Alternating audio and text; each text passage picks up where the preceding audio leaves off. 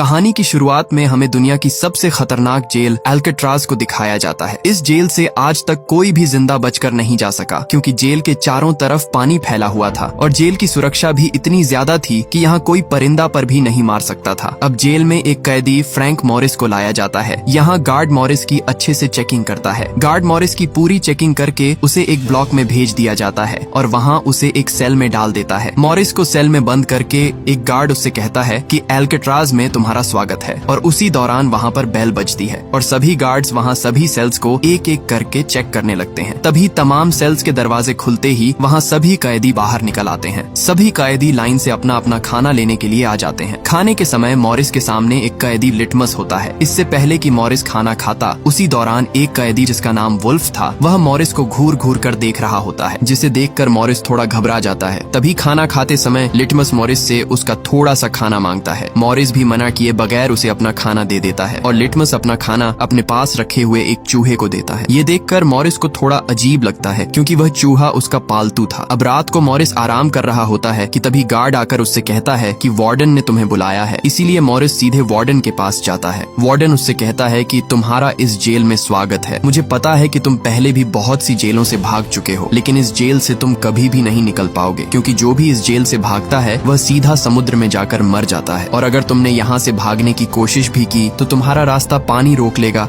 और तुम डूब कर मर जाओगे। और एल्केट्राज बनाई ही इसलिए गई ताकि तुम जैसे सड़े गले अंडे एक ही टोकरी में रहें, और तुमसे इस जेल में सिर्फ 2 ही लोग मिलने आ सकते हैं, वह भी महीने में एक बार। वापस जाते समय मॉरिस वार्डन का नेल कटर चुरा लेता है, क्योंकि यह नेल कटर उसे यहाँ से निकलने में मदद दे सकता था। इसीलिए मॉरिस अपने सेल में आकर उस नेल कटर को एक बुक में छुपा कर रख देता है। और उसी दिन मॉरिस जब नहा रहा था तभी वुल्फ उसे परेशान करने लगता है। ये देखकर उसे बहुत गुस्सा आता है और वह वुल्फ को वहीं पर बुरी तरह पीट डालता है। उसके बाद मॉरिस को एक लाइब्रेरी में भेजा जाता है, जहाँ वह एक कैदी इंग्लिश के पास आता है। इंग्लिश यहाँ एक पुराना कैदी होता है जो यहाँ सभी कैदियों का सरदार होता है। उसे भी कुछ आदमियों के कत्ल में इस जेल में बंद किया गया है। मॉरिस उससे पूछता है कि तुमने यहाँ से निकलने की कोशिश क्यों नहीं की। आगे से इंग्लिश बताता है कि इस जेल से कोई भी नहीं निकल सकता, क्योंकि जेल के चारों तरफ पानी फैला हुआ है। इंग्लिश उसे कुछ बुक्स देता है, जिन्हें मॉरिस ने पूरी जेल में एक एक करके सभी कैदियों को देना था। मॉरिस जब प्लेग्राउंड आता है तो वहाँ उसे एक आर्टिस्ट मिलता है जो अपनी पेंटिंग बना रहा होता है। असल में यह कैदी डॉक होता है, जो इस जेल में अपनी कैद काट रहा था। डॉक ने अपनी पेंटिंग पर एक फूल भी बनाया हुआ था। इसे देखकर मॉरिस पूछता है कि यह फूल क्यों बनाया हुआ है, तो डॉक बताता है कि ये फूल मेरी जिंदगी है और इसलिए मैंने इसे अपनी पेंटिंग में बनाया है। डॉक उसे बताता है कि तुम बचकर रहना, क्योंकि तुमने वुल्फ से पंगा लिया है, वो तुम्हें कभी भी नुकसान पहुंचा सकता है। इसके बाद मॉरिस सीधा इंग्लिश के पास आता है और कहता है कि क्या आज से पहले यहाँ से कोई कैदी भाग पाया है या नहीं। तो आगे से इंग्लिश हंसते हुए कहता है कि बहुत सारों ने कोशिश की है, लेकिन सब फेल हो गए। इंग्लिश बताता है कि अगर तुम यहाँ से बाहर निकल भी गए तो तुम्हें आगे से गार्ड्स रोक लेंगे, और अगर तुम गार्ड्स को चकमा देकर भाग भी गए तो आगे से पानी तुम्हारा रास्ता रोक लेगा, क्योंकि अगर तुम कितने भी अच्छे तैरने वाले हो तो फिर भी तुम किनारे तक नहीं पहुँच पाओगे। आखिर में पानी तुम्हें डुबा कर मार देगा, इसलिए तुम इस जेल में ही जिंदा रह सकते हो, बाहर गए तो मारे जाओगे। लेकिन मॉरिस ने भी ठान लिया था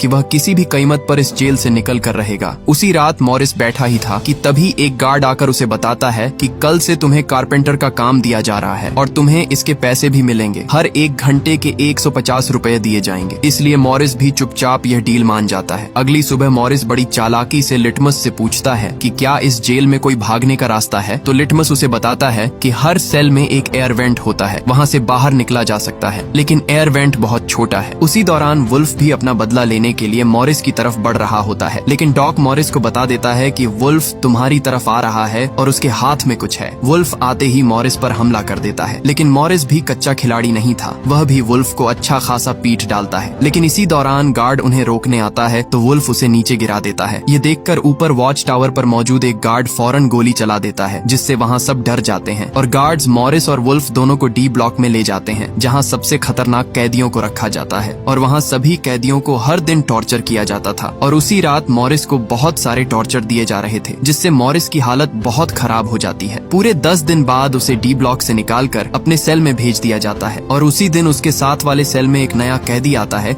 जिसका नाम चार्ली बट्स होता है। दोनों के बीच अच्छी दोस्ती हो जाती है। मॉरिस भी अपने नए दोस्त चार्ली को सबसे मिलवाता है और दूसरी तरफ वार्डन भी सभी कैदियों के सेल्स को एक एक करके चेक कर रहा होता है। तभी वार्डन डॉक के सेल में आता है, जहाँ उसकी बहुत सारी पेंटिंग्स पड़ी हुई थी। डॉक ने वार्डन की पिक्चर भी बनाकर रखी हुई थी, जिसे देखकर वार्डन के चेहरे पर मुस्कुराहट आती है। और अगले ही दिन अचानक वार्डन ने गार्ड से कहा कि डॉक के सेल से सभी पेंटिंग्स को हटा दो और अब से वह कभी भी जेल में पेंटिंग्स नहीं बनाएगा। इसलिए यह देखकर डॉक का दिल अंदर से टूट जाता है, क्योंकि डॉक अपनी पेंटिंग्स की वजह से इस जेल में अपना टाइम पास कर रहा था। अगले दिन मॉरिस डॉक को परेशान होते देखकर गार्ड से पूछता है कि डॉक इतना परेशान क्यों है, वह हमसे कोई बात भी नहीं कर रहा, आखिर वजह क्या है। तो गार्ड उसे बताता है कि तुम अपने काम से काम रखो। इसके बाद डॉक कारपेंटर का काम शुरू करने से पहले अपना फूल मॉरिस के कपड़ों में डाल देता है और काम करते समय एक गार्ड को बुलाता है और एक कुल्हाड़ी लाने के लिए कहता है, और कुल्हाड़ी लेकर उसी समय वह अपने हाथों की तीनों उंगलियां काट देता है, क्योंकि उसकी पेंटिंग्स उससे छीन ली गई हैं, इसलिए अब उसे अपने हाथों की कोई जरूरत नहीं है। ये देखकर मॉरिस फौरन उसे देखने के लिए आता है, लेकिन गार्ड्स ने उसे डॉक के पास नहीं जाने दिया और गार्ड्स डॉक को वहां से ले जाते हैं। तभी मॉरिस के कपड़ों से वही फूल निकलता है जो डॉक ने डाला था। यह देखकर मॉरिस को समझ आ जाती है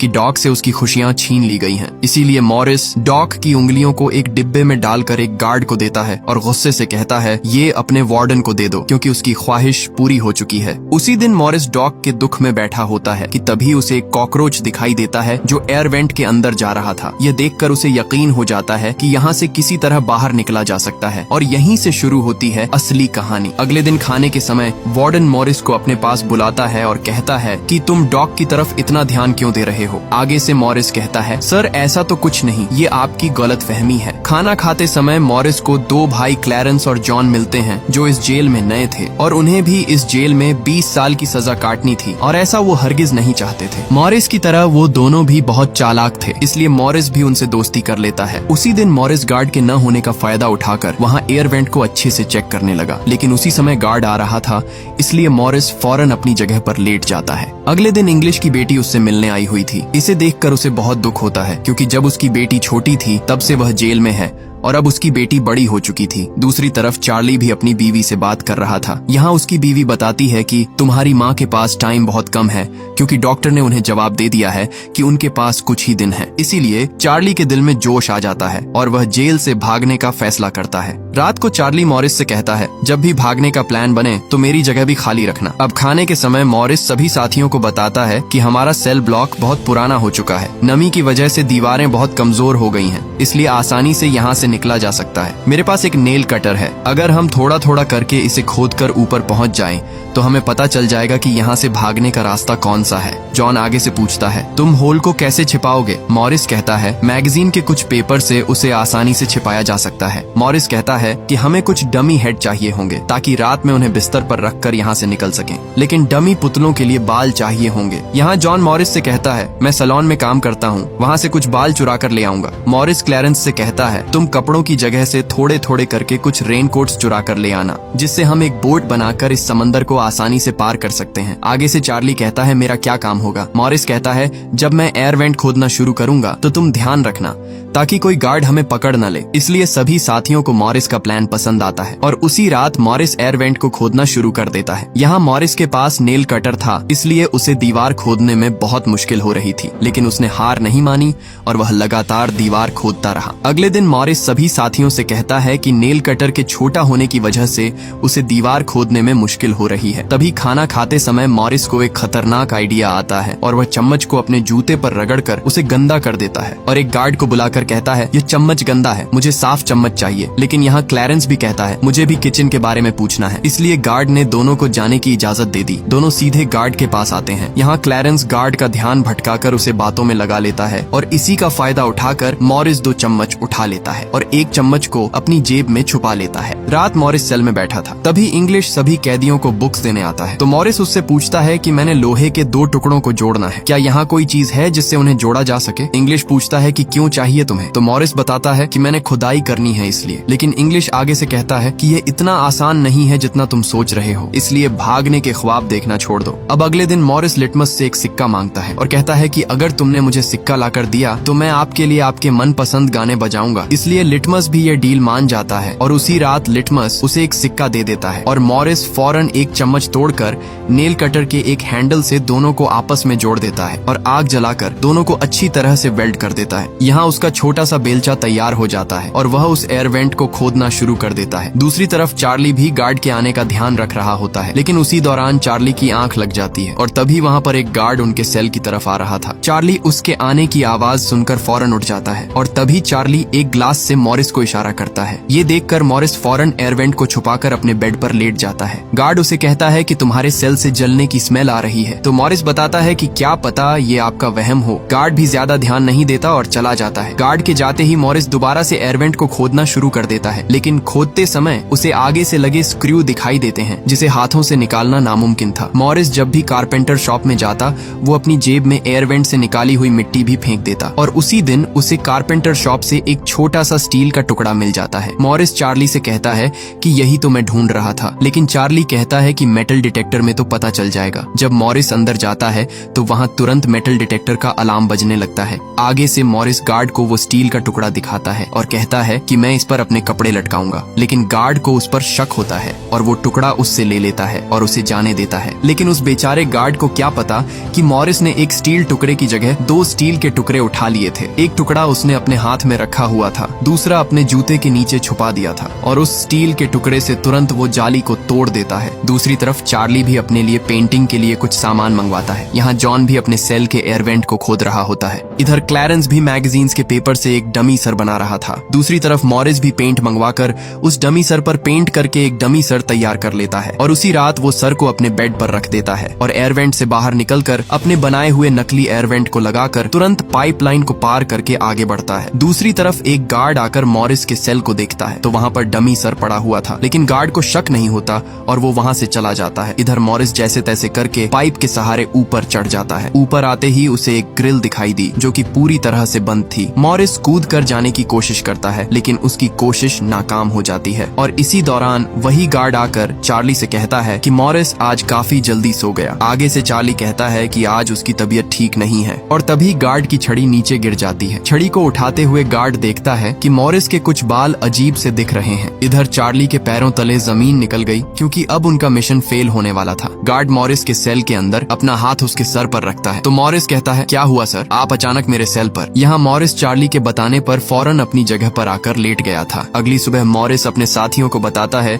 कि मैं कल रात छत पर गया था। मैंने वहाँ एयर वेंट देखा जो कि बहुत ऊपर था और मैं उस तक नहीं पहुँच सका, इसलिए मेरे साथ किसी को चलना होगा। तो मॉरिस कहता है कि आज रात मेरे साथ जॉन जाएगा। इसलिए मॉरिस और जॉन दोनों दोबारा उस जगह पर जाते हैं। यहाँ जॉन मॉरिस को ऊपर उठाता है, लेकिन उनकी बदकिस्मती कि वह एयर वेंट बहुत मजबूत था और उसे सिर्फ और सिर्फ कटर मशीन से ही काटा जा सकता था। अगले दिन म्यूजिक हॉल में सभी कैदी म्यूजिक बजा रहे थे। तभी वहाँ पर पड़े एक छोटे से पंखे पर मॉरिस की नजर पड़ती है। ये देखकर मॉरिस तुरंत लिटमस से कहता है कि वह पंखा मुझे चाहिए, तो आगे से लिटमस भी उसकी बात मान जाता है और मौके का फायदा उठाकर मॉरिस उस पंखे को अपने म्यूजिक बॉक्स में छुपा देता है। लेकिन बाहर जाते समय मॉरिस को गार्ड रोक लेते हैं और उसका म्यूजिक बॉक्स चेक करने के लिए कहते हैं। तो मॉरिस कहता है कि मेरा सब सामान चार्ली के बॉक्स में है, इसलिए वो इस चेकिंग से भी बच जाता है। दूसरी तरफ मॉरिस उस पंखे से एक ड्रिल मशीन तैयार कर लेता है और उस एयर वेंट पर पहुंचकर वो उस एयर वेंट के कुछ टुकड़ों को काटने लगता है। यहाँ ड्रिल मशीन की आवाज सुनकर गार्ड्स ऊपर देखने के लिए आता है, लेकिन इससे पहले कि वो वहाँ पहुँच पाता मॉरिस अपना काम कर देता है। अगले दिन मूवी हॉल में सब मूवी देख रहे होते हैं और मॉरिस सभी साथियों से पूछता है कि सब काम कहाँ तक पहुँचा। तो आगे से वो बताते हैं कि हमारी तैयारी पूरी है, बस भागने की देर है। और यहाँ ये चारों साथी सोमवार की रात को